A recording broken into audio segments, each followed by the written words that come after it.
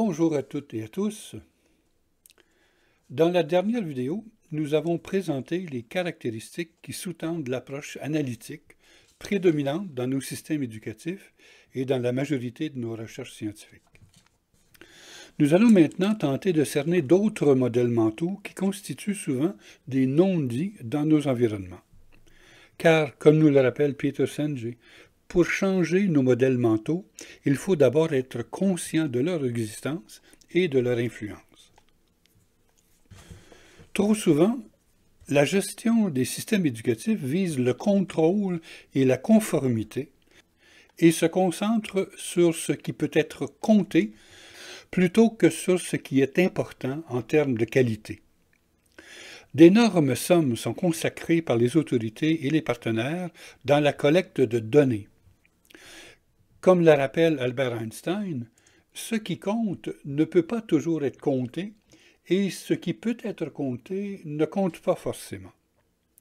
L'obsession pour la cueillette de données risque de réduire les ressources disponibles pour se centrer sur les interactions propices à l'apprentissage fondamental. Deming nous rappelle « Vous ne pouvez mesurer que 3% de ce qui est important ». Il serait plus profitable d'assurer un accompagnement orienté vers le futur, moins préoccupé par les données et les structures, et davantage par les interactions, qui sont beaucoup plus aptes à améliorer l'apprentissage fondamental.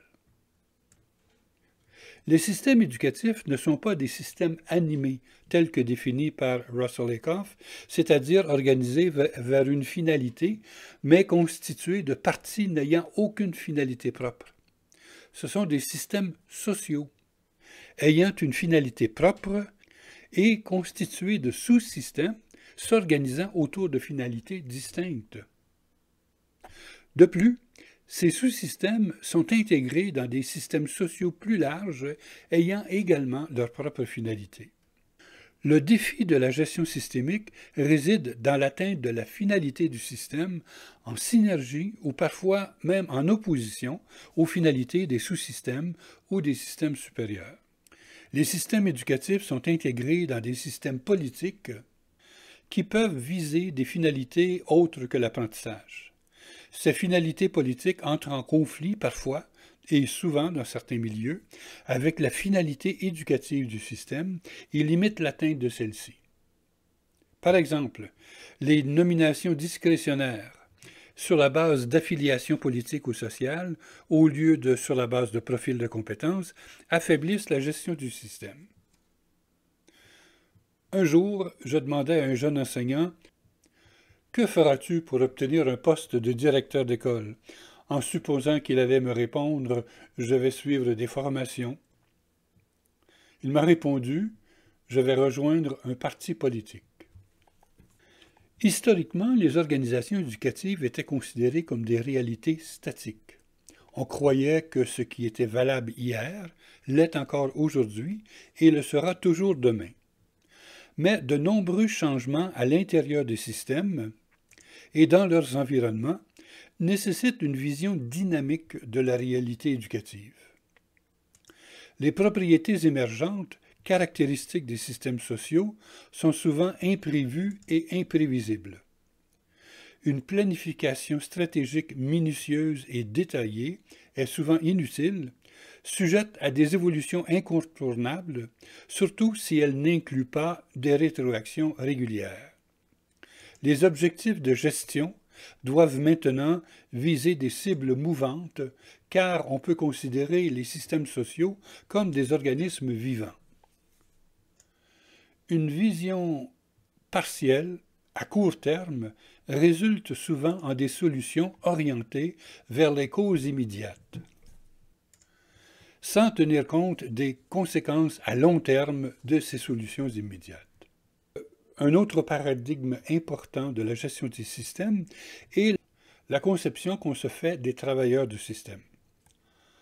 On a polarisé cette vision des travailleurs dans deux théories distinctes, la théorie X ou la théorie Y.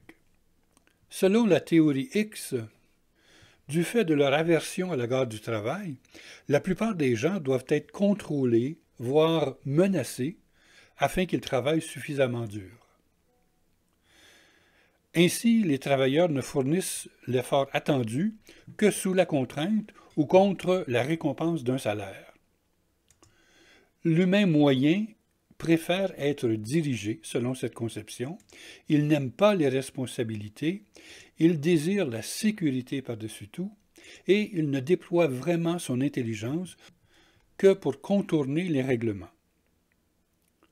En contraste, la théorie Y considère que faire des efforts physiques et mentaux au travail est aussi naturel que s'amuser et se reposer. Le contrôle et la punition ne sont pas les seules façons de faire travailler les gens. L'individu sera capable de se réaliser si on l'associe au but de l'organisation. Si un travail apporte des satisfactions, alors l'engagement envers l'organisation s'améliore.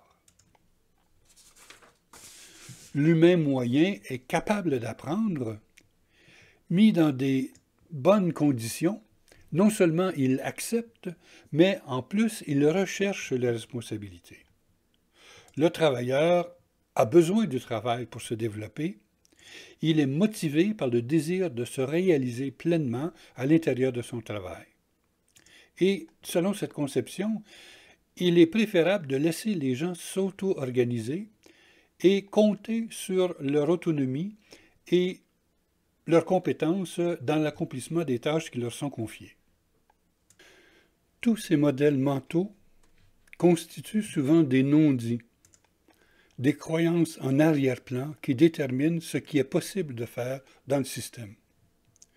Si nous souhaitons améliorer la gestion de nos systèmes éducatifs, nous devons d'abord être conscients de ces paradigmes et avoir le courage et la créativité pour les faire évoluer progressivement vers une vision mieux adaptée à la complexité de nos réalités.